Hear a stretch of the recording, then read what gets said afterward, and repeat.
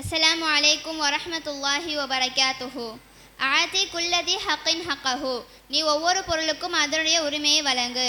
An அவுனி பின் அபி ஜுஹைஃபத நபிஹி கால, அவுனி பின் மகன் அபு ஜுஹைஃபா அவர்கள் தந்தையை பற்றி கூறினார்.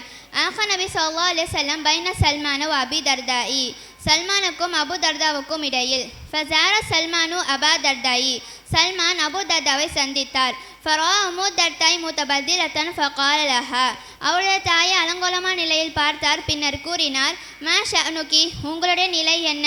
காலத், அவள் கூறினார், அஹூகி அபு தர்தாய் லைஸ லஹு ஹாஜத்துன் ஃபித் துனியா, உன்னுடைய சகோதரன் அபு தர்தாவிற்கு உலகத்தில் எந்த ஒரு ஆசையும் இல்லை.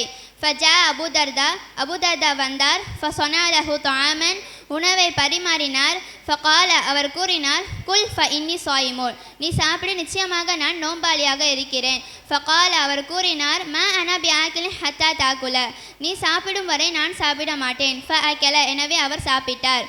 ஃபலம்மா கான ஆஹிருல் லைலி யகூமு கால சல்மானு, இரவு வந்தது, அபு தர்தா எழுந்தார். ஃபகால், அவர் கூறினார், நம் தூங்கு. ஃபனாம, எனவே தூங்கினார். ஃபகால, பின்னர் அவர் கூறினார், சும்ம தஹப யகூமு, பின்னர் அவர் எழுந்தார். பின்னர் அவர் கூறினார், நம் தூங்கு. ஃபனாம, எனவே தூங்கினார்.